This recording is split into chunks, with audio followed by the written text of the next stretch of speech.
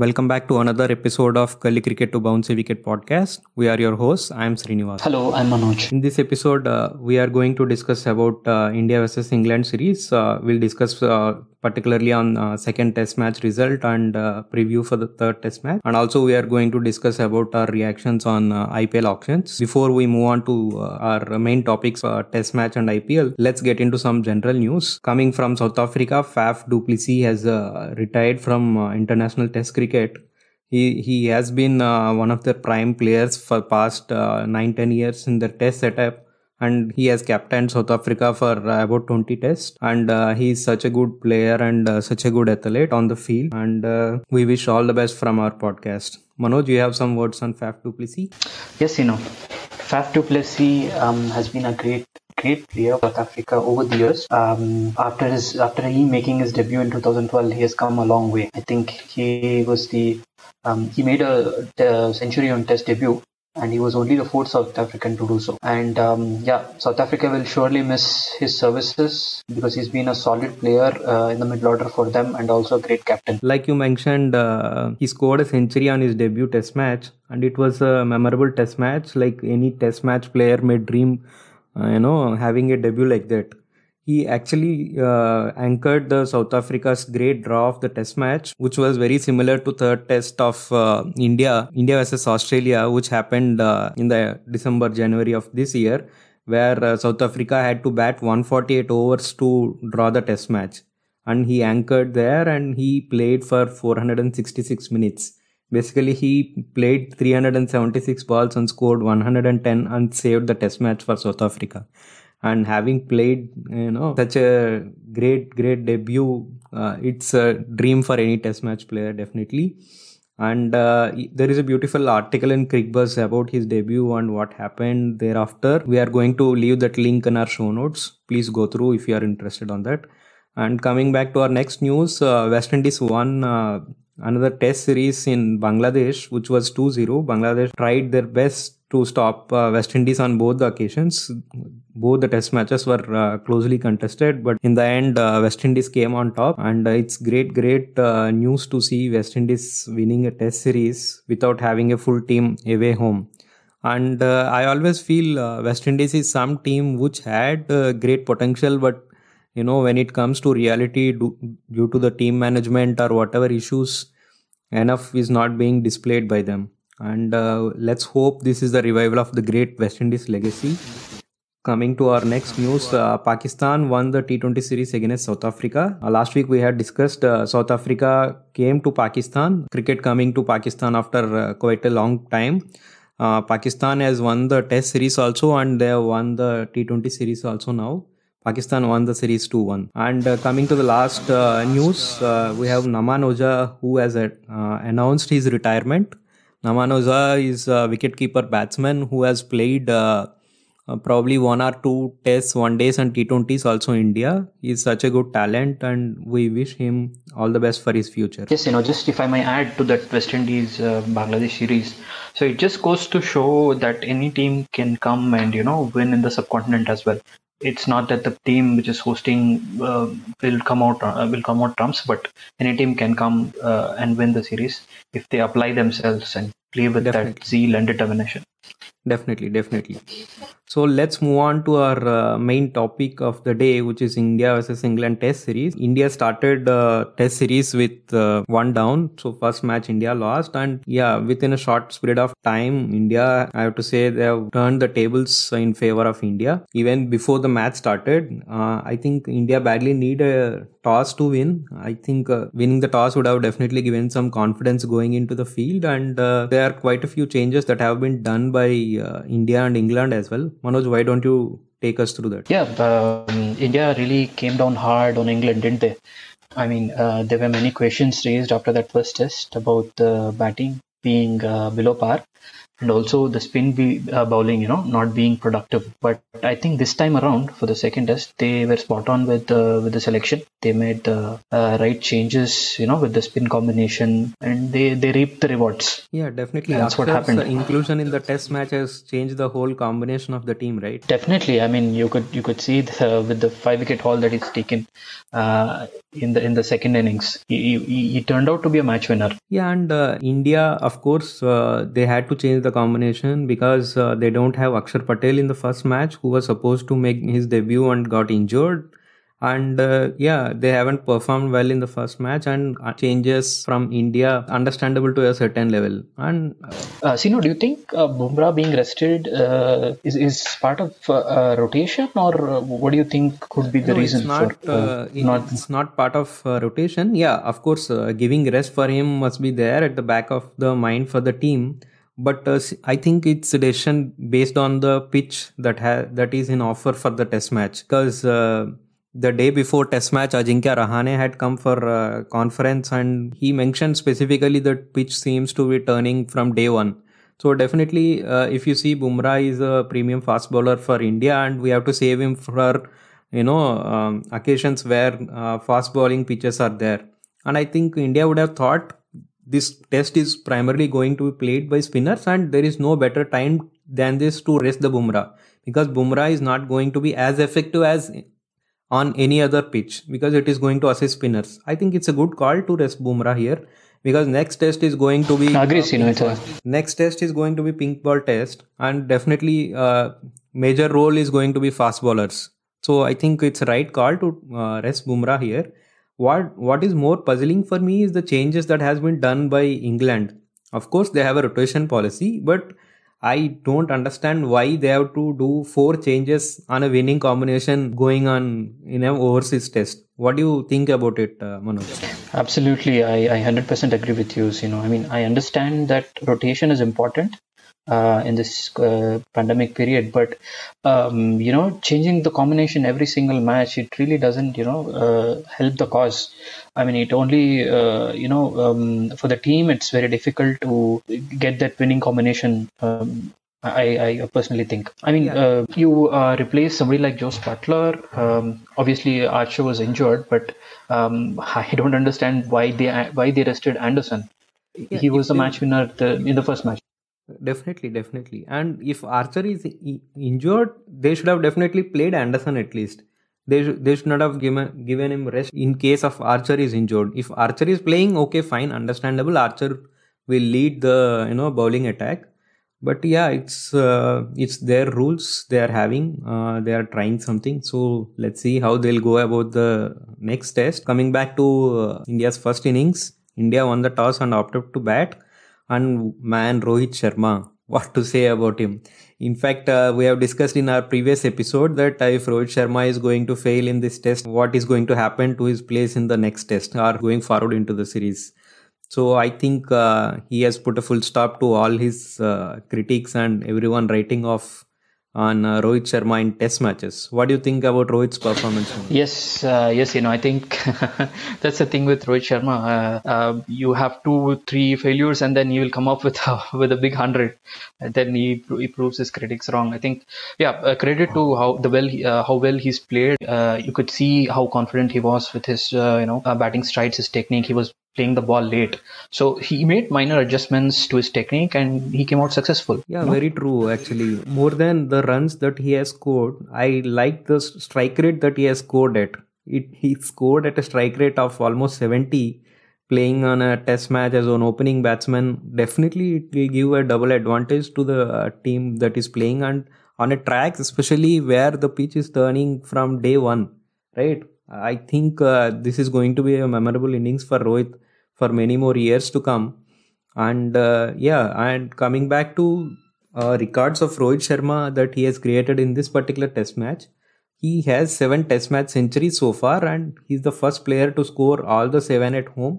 Of course, if you look at other way around, it's not a good record to have, because he's not getting centuries in overseas matches. But still, the way he scored a century, and like Sunil Gavaskar always mentions, test match needs a daddy 100, not 100, right? Yes, yes, of batsmen course. need to see how to make the hundreds into 150s, 160s, 170s. He definitely showed why he's a senior member of the test team, and he has got another unique record. I don't think anyone can do that in near future. Basically, he scored hundreds against Sri Lanka, South Africa, England, and West Indies in all the three formats: Test, One Days, and T20s. That's such Wow. a great record to have. And having a batsman playing all the three formats itself is very rare these days due to workloads and different tours that these guys have been put on. And having scored hundreds in all three formats against four different teams is unmatchable, man. And yeah. True, true, Sina. I mean, I hope he will continue his form in the next two test matches as well. I think we also have to talk about Ajinkya Rahane, who scored his 50 in the first innings. I would have liked him to. I always feel Rahane is someone who never score when the pitch is easy. He's someone who scores when scoring is difficult. I don't know why he'll get out in match. That's a trait that he, I think, shares with Rahul Dravid also. Yeah, you know, when the tough, yeah, when the going gets tough, the tough gets going. I think he beautifully anchored the first innings along with the other members of the team.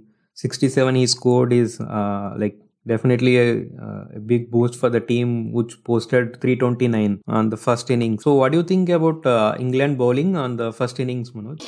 Yes, I think England has been very, very good and spot on with their lengths in the first innings. Apart from Rohit, nobody has scored, really big. A couple of players have scored 50s, Rahane and Pant, but except that, there were no really big scores. So that means they have really contained the Indian team.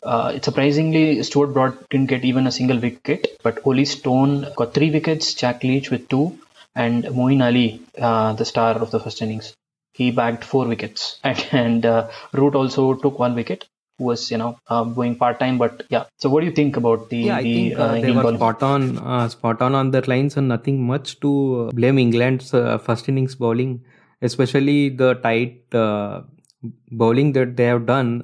India has scored 329 runs in the first innings, and England has not bowled a single extra for the complete innings. It is highest ever total that a team has scored without giving an extra, without bowling an extra. And it is only a pure masterclass batting by Indian team in the first innings that we have scored 329 in the first innings. Coming back to England's batting, so what are your thoughts batting of England? I think first innings they were really poor. The England team, I mean, of course there were a lot of inexperienced players in their lineup, but then they could have been better with their shot selection. The openers really didn't do well. Even the middle order struggled. Root didn't make big runs in the first innings. That was their drawback in the first innings. Folks surprisingly looked very good with his technique. I really loved the way he came forward to the spinners, right? Yeah. True. Yeah, I think he's going to give a run for Jose Butler for his place in team. Absolutely. Seeing the batting future star that he possesses and the keeping skills that he possesses, he seems to be a very good prospect for England. Yeah, he impressed one and all. I think even in the commentary, everyone was praising folks, and they have a future star in England. Yeah, so Ashwin took 5 in the first innings, and it's not new for our boy Ashwin. And this is his 23rd 5-wicket haul in 45 home tests, which means that every alternate test he is getting a 5 in when India is playing in India. And he's among the list of greats, which has Murli at 45 home 5ers, and Rangana Herath at 26, and Anil Kumble at 25. I think very soon we are going to fall short of words praising Ashwin. Of late, great. He has been in purple patch. Great stats those. I think Ashwin playing at home is more potent, but obviously he has very good I think record abroad as well. So scoring 100 and picking up 5 wickets, I think it must be one of his memorable matches. Yeah, definitely Manoj. And I think India has bowled very well in the first innings. More than the pitch, short selection of England players that they have made mistake, like you mentioned, right? Because everyone started jumping, saying these pitches are bad, these pitches turning from day one. India beautifully batted in the first innings. So what do you say about the pitch, Manoj? True. I mean, it obviously it has started, turning from day one. It was a square turner, but then Rohit Sharma showed you how you can bat on that pitch. So if you really apply yourselves, you can score runs. It's not like that you can't. So I think England should have been a little better with their technique, with their shot selection, I feel. But then full credit to Ashwin for the way he bowled. Yeah, moving back to India's second innings, I think, man, Virat Kohli, maybe we are missing centuries for him, but the kind of innings that he is playing is unmatchable. Right? He scored a beautiful 77 in the second innings of the first match and 62 this time, particularly anchoring the whole innings. What do you think about Kohli's second innings 62 minutes? Even in the first innings, I think he was playing well, but then it was a really good ball to get him out, and even it took him by surprise. Coming to the second innings, he played really well. He was, I think he gave a very good stand, both Ashwin and Kohli. It was a very good stand between them. I mean, good players really turn up every time. This is and the way Kohli get adjusted to the situation is what is remarkable about him, right? He hasn't scored a single run in the first 20 balls of the innings, and then he adjusted his batting to the pitch and to the condition and to the situation the team is in. And true. I think the innings of Kohli has given a significant boost to Ashwin from the word go. I think the very time the Ashwin has entered, he tried scoring boundaries, and the way he scored centuries, like unmatchable, especially when the time where everyone is telling Ashwin's batting performance has been tapering over the years and he need to improve, and because he hasn't scored a half century in past 3 or 4 years to be precise, and the way he scored, the way he scored century, and it's unmatchable. And on Siraj, what do you have on Siraj, Manoj? The way he supported Ashwin. True. I mean, excellent. I mean, I thought he will not make his 100, but great support by Siraj. He really understood the situation, and he knew how important the century was for Ashwin and for the team as well. And also, just looking at how Pujara got out, it was really bizarre, right? How he got out, that run out. I mean, this was one of those rare matches he didn't make runs, right? Right. I'm sure something big is coming up in the next 2 test matches, and Pujara scoring runs is very much needed for the team, right? Because he is the anchor for our middle order. True. Like you said, an insurance policy for the team. And I also feel Shubman Gill missed out this match. Both innings he couldn't make runs, but great balls to get him out, I think. Even Rohit was a great ball, I feel. True. And coming back to Siraj, I think he supported Ashwin very, very well in making sure that India got a significant lead and scoring century. And if you see the reaction of Siraj after Ashwin scoring century, people for a second may think, who has got century, Ashwin or Siraj? That's the kind of support he is given, and he scored 2 sixes. And yesterday I was listening to an interview that Ashwin gave post the second test match, where he was telling that crowd was supporting Siraj more when he scored sixes. Like they are getting more overjoyed when Siraj was scoring those. He slogged a few. And I think coming back to England's second innings, India has put a mountain ahead of them to score, right, on this pitch especially. And I think India definitely exploited the situation. What do you think about England's second innings? It was a mammoth target to achieve. I think there was no belief in that England team, that they can really win this, right? I mean, if you look at how they played, they were right. I mean, I agree, pitch was turning, but they could have at least tried to draw this. But India were on top right from the word go. Akshar was spot on with his lengths. I think I'm really surprised how well he's bowled this match. What are your thoughts, about Akshar? Akshar has become 6th Indian to take a 5-fer in debut test match. Again, for any bowler who is dreaming to make a test debut, what more than a 5-wicket haul they are going to ask for?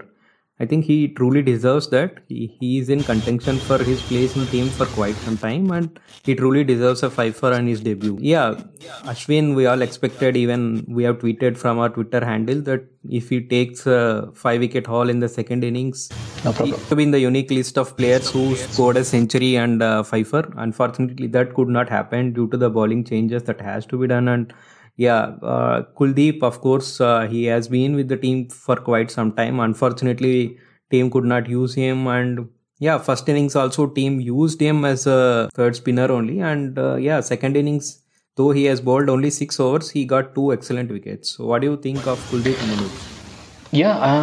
I think Akshar was very well supported by Ashwin and Kuldeep. I'm really happy for Kuldeep that he's got opportunity this match, and he got some wickets. I think it should do his confidence a world of good. If he's picked for the third Test match as well, I think he will have that confidence going. So yeah, really happy for Kuldeep. Sure, whether irrespective of whether he's picked or not picked, I wish team is going to have a proper communication with Kuldeep and show proper confidence on him, because he's a confidence player definitely. Because we have seen Kuldeep how True. his bowling will change after he gets a wicket or two.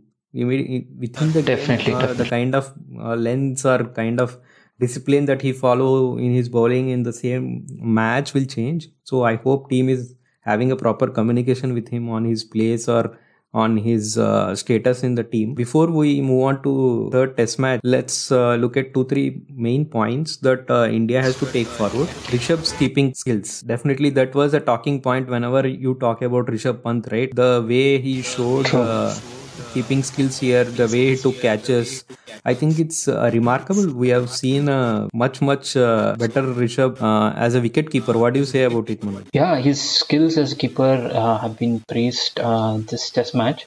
I think on a turning page, I think he hasn't missed many balls. He was catching everything. He was doing stumps. He was doing the stumps. So credit to him. He's growing day by day. As a keeper and as a batsman as well. Yeah, batsman, of course. Just one point. I think in the second innings, Moin played a very good cameo, right? I mean, what do you think about? He was free flowing. Yeah, he played a beautiful cameo there, because they have nothing to lose from there actually, because they are not going to win the match and no one is going to question him if he gets out. So I think, defending on that pitch, he is definitely going to get out. So he must be thinking, IPL auctions are coming, so there is no point hanging in there. Yeah, I think crowd has really got their money's worth. I think with that small entertaining innings at the end of the match. Yeah, and another point to note is this is the first time for Joe Root to not score a half century in a Test match in India. Basically, Whoa. So his debut was in 2012 Nagpur Test in India only, against India. So from there on, he scored a half century in at least one innings in all the Test matches that he has played. So this is 8th or 9th Test for him, and this is the first Test that he hasn't scored a half century. And we have to acknowledge that he's such a good, or maybe one of the best visiting batsmen to subcontinent, right? Sure. Yeah. Just something about the Chennai crowd as well. I think how knowledgeable they are. I mean, they will really elevate the team when it's needed. Definitely, what do you think? Definitely, the way Kohli took his energy from the crowd was amazing. The way he came in between and he asked crowd to, give them some encouragement, and the way the crowd reacted was amazing.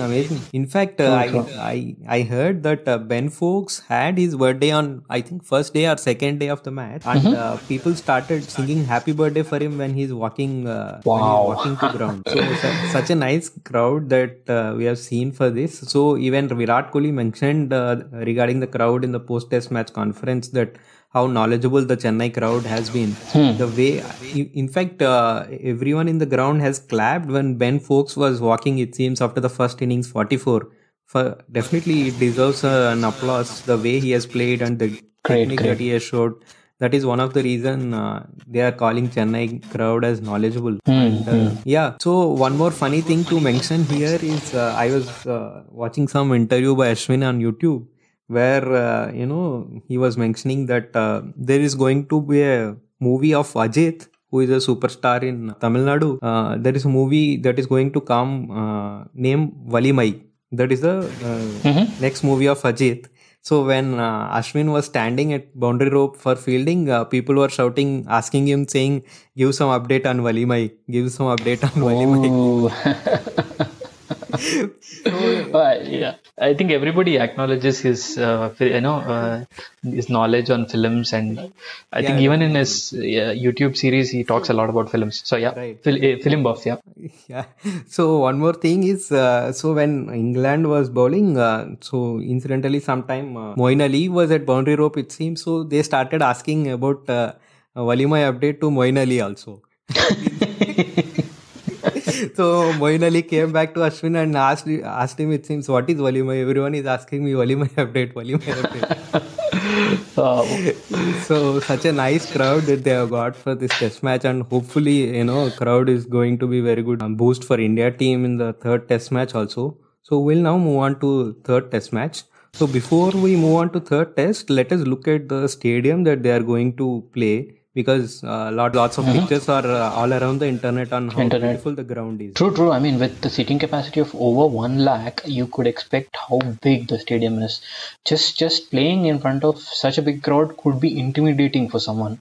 I think Ben Stokes actually he gave a statement that it is intimidating for him if there were full crowd, full strength crowd in that stadium, right? Yeah, just excited to see the teams playing in such a big stadium.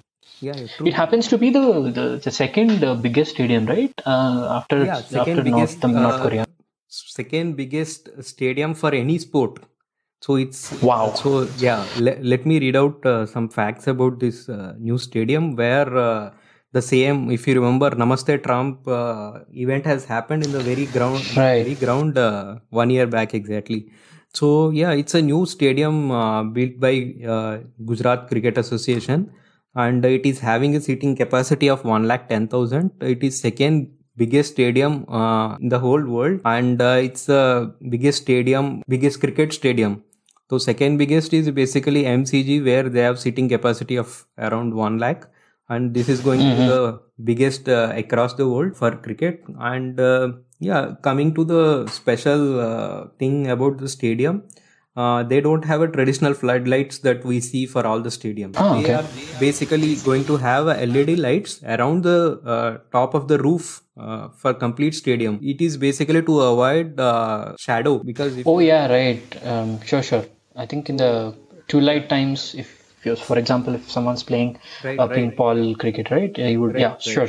So to avoid shadow, they are having complete LED light setup, and they are having 11 center pitches on this ground. So that's amazing. Like, grounds normally have 2, 3, 4, and true. 11. I'm amazed. And one more beautiful thing is the same soil that they are going to use for center pitches and practice pitches. Normally practice pitches are not as good as center pitches, right? Sure. So yeah, this is one more special thing, and they are having 4 dressing rooms in the stadium. Basically, stadiums will have 2 dressing rooms, and they face problems when 2 matches were supposed to happen, like World Cup matches, IPL matches. Oh, right. Double headers. Yeah, right? Especially on the same day, it gets really tough. So they are having 4 dressing rooms to accommodate once in a while requirement like that, and every dressing room has an attached gym with full amenities. Wow. It's such a beautiful stadium, and this is going to be the first international match. I think they have played some matches, I think knockout games of SM80. Correct. Yeah, couple of months ago. But this is going to be the first international match, and incidentally, they have 6 indoor pitches with bowling machines. 6 pitches with indoor. Are you kidding me? Wow. Yeah, with bowling machines, and in addition to that, they are having 2 practice grounds and a small pavilion area also. Practice grounds, they are having a paradise for a cricket player, man. I mean, definitely. Like you could live there for ages. Okay. So appreciate Gujarat Cricket Association for building such a big stadium. I think it's a pride of India. We all should take pride. Definitely. Yeah, coming into the test match, and this is going to be 100th test match for Ishant Sharma.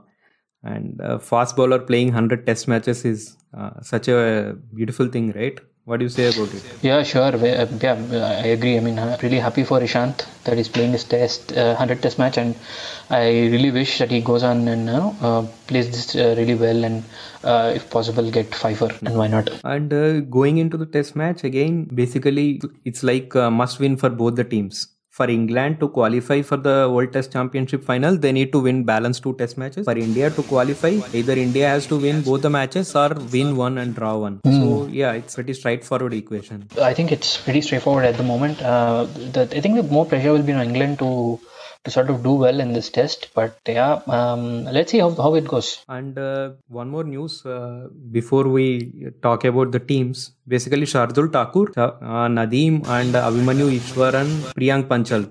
So these guys were released to the respective teams for Vijay Hazare Trophy, which is I think starting today. So they will not be available with the team. And Umesh Yadav, if fit, he will be joining team. He is at NCA right now. He recovered from his injury which he sustained in the India-Australia. And yeah, this is going to be a day and night pink ball test. So what are your thoughts on pink ball test, Manoj? Pink ball, it's from the I think batting perspective, it's going to be a little tough because playing in the evening, the ball could swing a little bit.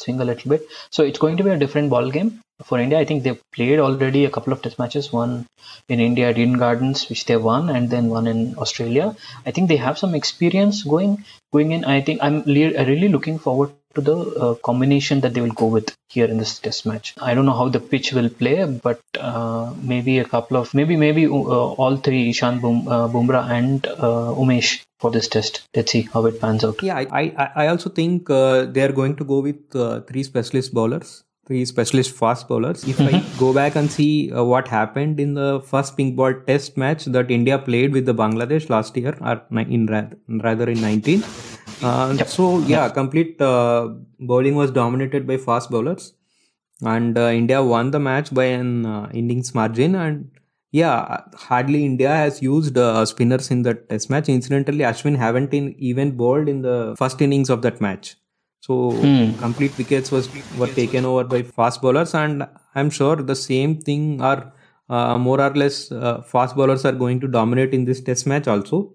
And yeah, seeing that, do you think Ashwin will be rested in this match? Because he's not going to be as effective as on any other pitch, right? So what do you think about it? I don't think they will rest Ashwin. I think he's been the premier spinner for India. Beat any wicket, he's got wickets for us. So I really don't think Ashwin will be rested. They are going to think a lot because definitely it is going to be a 3 fast bowlers, right? So whether they'll play with 2 spinners, and for 2 spinners again, Akshar they're going to play definitely because he played only 1 test match, right? And Ashwin is playing for quite some time. If they think the same logic that they have given for Bumrah in the second test, right? So they may rest Ashwin. It's only a possibility that I'm talking about here. We don't know what combination India is going to go in with. And yeah, in place of do you see any other changes, any surprise changes you're expecting for this test match? If Bumrah has to come in and if they have to play 3 fast bowlers, definitely Kuldeep is going to miss, right? There is no doubt about it.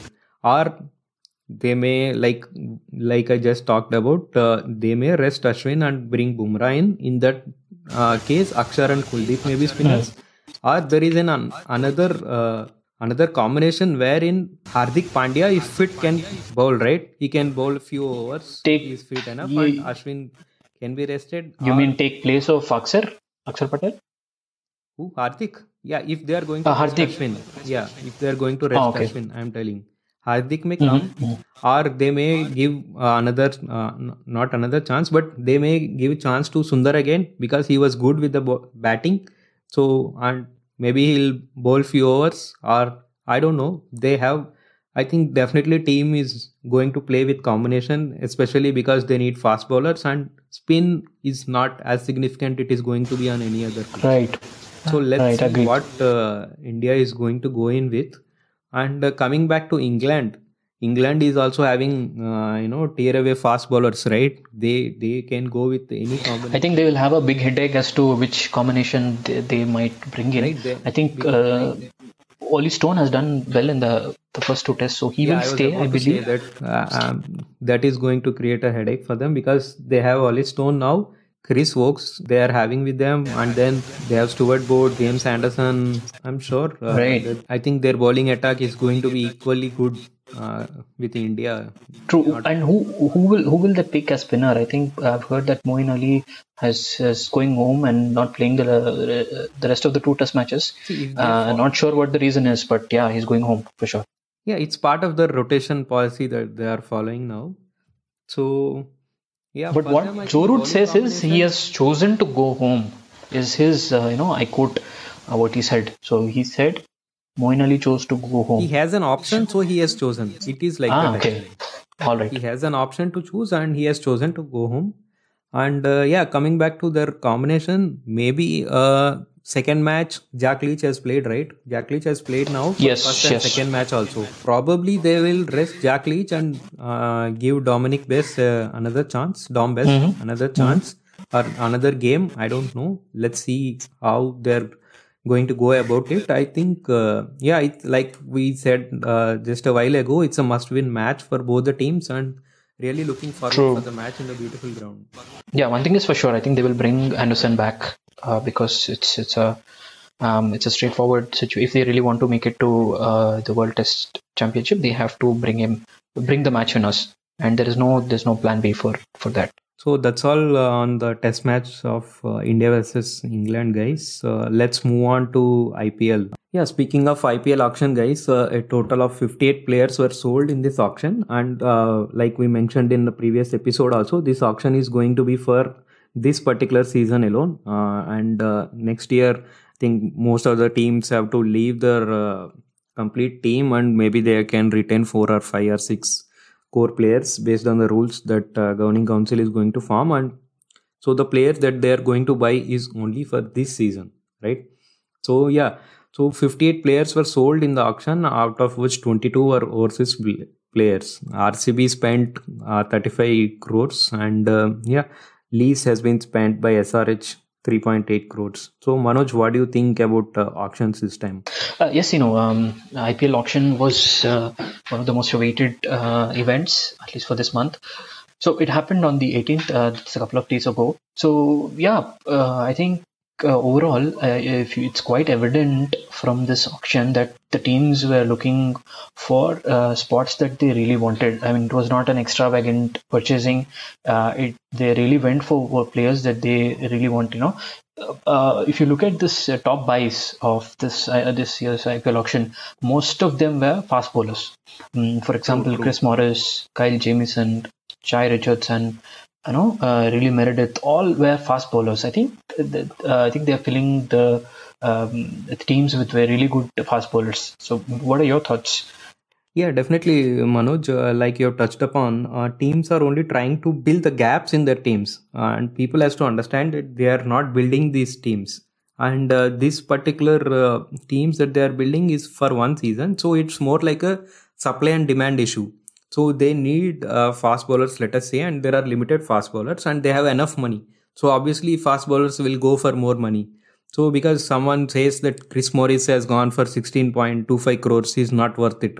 It's not like that. I don't think it's the right way to say, like, yeah, of course the money is like one metric, but at least for this particular action, I don't think money is the real metric. They basically found out the gaps. Each team has chalked down gaps that they have, and I think they went on for whatever it take to fill those places.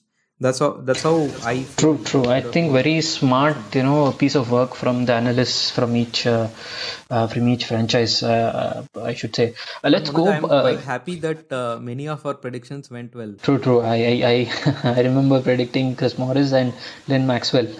They came out, in the top three. So Yeah, right. yeah, And pretty we happy. mentioned Shah Rukh Khan also. I think we mentioned Fabian Allen. We mentioned, David Mariwala. We Mullen also, mentioned a right? lot of players, especially Yeah. domestic. Azharuddin we mentioned, and we spoke about Arjun Tendulkar also. Yeah, quite a few. True. Yeah. For our listeners, I just want to say we are going to make a separate episode before start of IPL on reviewing each teams. We just want to It's more like a reactions video on this year auction. It's not a complete review team wise. So yeah, what do you think? Anything that you haven't expected at all, Manoj, in top 10 buys at least? Yes, I think it was really surprising to see a lot of players who haven't played IPL to date going for very big money. For example, Kyle Jamieson, Jai Richardson. These guys have never played IPL. Jai Richardson happens Even to be Riley Meredith, right? Riley Meredith, of course, yeah. Jai Richardson happens to be the highest wicket taker in the recently concluded Big Bash. So Yeah. I understand, but then these guys have never played IPL. So I think the analysts are really, scouting these players, right? Yeah, I think they're having eyes on these guys for quite some time, I'm sure. It's not that they have come to auction and they've given bid for them. That's what every team has been doing. And surprising part that you have mentioned about BBL, right? Highest wicket taker, Jai Richardson. Incidentally, highest run scorer in BBL is Alex Hales, and he went unsold. And he scored more than 500 runs at a strike rate of more than 160 in BBL this year. Wow, such a pity. He went on. Jai Richardson went for 14 crores, right? It's like, I think 14 crores is more than $1.5 million. And I think, Krishnappa Gautam getting CSK's contract for 9.25 crores is excellent. I think, and he qualify on a funnier side, he qualifies their age group also. He is over 30. So, yeah, so they bought Moeen Ali, who is also over 30. So, yeah, I'm very happy for Shah Rukh Khan. We mentioned also that he's going to get a good franchise. He went for 5 crores, and even Shubham Dubey, he went for, I think, over 4 crores, right? He went for over 4. True, yes, true, yeah. I'm really happy when these domestic players are picked. Foreign players, anyway, they are going to get money, if not in IPL, in BBL or CPL. And shall we discuss a little bit about some of the players who went unsold? There were some surprises there. For example, Alex Hales, a pretty good player but went unsold. Aaron Finch. Yeah. Finch, I really expected some franchise to buy Finch. And Vishnu Solanki, for that matter, he had a very good, I think, Syed Mustaq Ali Trophy, if I'm not wrong, right? Kedar Devdar, Vishnu Solanki, and these guys had pretty good SMAT. Probably, there may be no slots with the teams to fill in them. Yeah, personally, for me, nobody picking Manas Labuschagne was a real surprise. Yeah, Labuschagne is again very surprising. I thought because he's a very good handy bowler also, I thought he's going to get a good and an excellent fielder. Nothing to take away. Right. And Alex Carey haven't got, and we spoke about Sri Lankan players not getting contracts in IPL much. Because Kushal Pereira also haven't got a contract. His base price is only 50 lakhs. Still, he hasn't got a contract. Yeah, very unfortunate. He's a pretty good batsman, right? Yeah, right. And just few interesting points. Basically, RCB went for Kyle Jamieson, right? So, of course, their strategy has definitely backfired on Chris Morris. To my knowledge, they have planned to buy Chris Morris at a lower price. So, last year they purchased him for 10 crores. So this time they tried buying it for lower price, because I've seen in the auction that they were bidding till the time he go for 9.5 crores or so, and then they stopped bidding for him. So definitely they have in mind that they want to buy back for him. They ended up buying Kyle Jamieson at 15 crores. So they've left Chris Morris and they've purchased Kyle Jamieson at 15 crores. I'm not sure. Yeah, I think it's a stupid move to release Chris Morris and go for someone. And yeah, like I said, it has backfired. And yeah, they got Glenn Maxwell.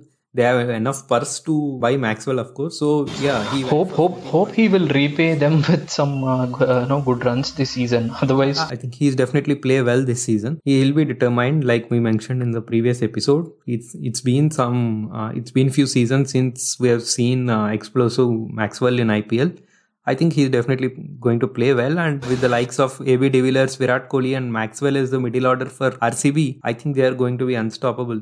True. And what about CSK's selection of Gautam and Moeen Ali, both predominantly spinners? I understand Moeen Ali can... Yeah, they have tried for Maxwell. They have tried for Maxwell. I've seen them bidding till probably 10 crores or something, because they went on with a purse of 19 crores. So they could not probably spend more than 10 crores on Maxwell. So they have tried Maxwell. They got Moeen Ali and Gautam. I think Moeen Ali is going to be a good pick. I think with with Dhoni, you never know what strategy they are going to use. And overall, I am having a slight disappointment that they haven't got Maxwell. But yeah, I think they are going to manage. And we have to mention here, in last episode, we have discussed about contract for Pujara, right? Yeah. So so surprising that CSK got him. I am not sure how Dhoni is going to use. Maybe Dhoni may surprise people sending him as opening batsman in the first match. So you never know what is going to happen. When the purchase was completed for Pujara, every team clapped actually on the auction table. It was yeah, it's so nice to see. So one more name that you can add to this list, is Hanuma Vihari. He also went unsold. Pretty similar to Cheteshwar Pujara. I think on the paper, most of the teams look very strong and solid, right? Very true, Manoj. I think most of the teams got what they want from the auction. Forget about how much money they have spent. I think most of the teams got what they want from auction. What do you think about it? Also, if you look at some of the players, those who were released, Steve Smith, I'm happy that Delhi Capitals picked him, but he only went for 2.2 crores. Such a shame when you compare it. Quite surprising. Yeah, it was quite surprising to see Steve Smith only going for 2.2 crores. Yes, also we expected David Malan to do well, right? We had him in our predictions, but unfortunately he went for a very, very low price. Yeah, I think he went for 2 crores or something like that. He didn't go for much money. Again, we mentioned many times already, it's about the spots the team have and probably the budget they have for each spot. Yeah, and speaking of surprises again, Umesh Yadav went only for 1 crore. That is another surprise thing. And even I really haven't expected Kedar Jadhav to go for 4 or 5 crores. Again, that was another surprise for me. Yeah, there are quite a few surprises in whole auction. What do you think about MI strategy this year, Manoj? They went for replacements for the released fast bowlers. They picked Jimmy Neesham, who's a bowling all-rounder, if I could say that, Marco Jensen, Adam Milne, Nathan Coulter-Nile, and some surprise selections. For example, Charak. And I think they also wanted to strengthen their spin department with Piyush Chawla. And also they've gone for Arjun Tendulkar. He was also part of our predictions. I think overall they've done well. I've seen a video of Jahir Khan speaking of this guy Marco Jensen. So basically he's a South African tall bowler, and they have him under their radar for quite 2-3 years it seems. They were quite surprised that no other team has given bid for them, and they got him for base price of 20 lakhs. And MI was very happy. I'm really going to look forward for this guy. MI talent scout team is going to pick him. I'm sure definitely this guy is having something, because they picked Bumrah, if I am not wrong, for 15 or 20 lakhs. I think they picked Hardik Pandya for first time for 10-15 lakhs. So yeah, I'm going to really look forward for this guy, Marco Jensen. So yeah, I don't know where this Mumbai Indians talent scout will go, and I'm really looking forward for these guys to come up into action. Maybe not this year. Let us see how it is going to go. And for those people, whoever is trolling Arjun Tendulkar as nepotism, guys, come on. He's an young guy and we all have to encourage him. Just because his surname is Tendulkar, you cannot say that, he should not be picked, or you cannot pay base price to him, because they haven't Mumbai Indians haven't gone for bidding war for him and spent 2-3 crores on him, right? He's an young player and spending right. I think Mumbai is definitely going to go for him. There is no surprise in that, and I don't think it's right to say nepotism on him. Yeah, I think he's got a raw talent, and MI will really, I think they would have seen something in him, obviously, otherwise they wouldn't have picked him. I think they will nurture his talent and use it in the years to come. I would like to make a point. I'm really happy for some cricketers who come from states which are not really known for producing cricketers. For example, Andhra Pradesh, Telangana, Jammu and Kashmir, right? Myself coming from Andhra Pradesh, I really feel proud if someone is has made to the IPL team. For example, KS Bharat, who is the current standby to Indian team wicketkeeper, he's been picked. And Yeah, I think also, he's with India A team for quite some time now. He's a good wicket-keeper batsman. and we just talked about Yudhvir Charak, who comes from Jammu and Kashmir. So very rarely do we see cricketers from these states, but yeah, really happy that every nook and corner, pure cricketers are coming in, doing well at the international stage. Okay, Manoj. So let's move on to our final segment of the episode, Hero of the Week. So, guys, this week, basically at the beginning of the week, we have started listing down, players whoever has performed well, and yeah, we have listed 2-3 players, including Rohit Sharma. So yeah, at one stage, it was like there is no need to prepare a list like this, and there is one such dominating hero for the week. It's none other than Ravichandran Ashwin. So, what are your thoughts on Ashwin, Manoj? Yeah, tremendous player. His performances speak for himself.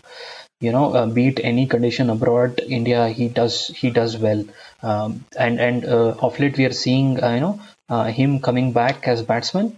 He really showed that he can also bat, right, with his 100.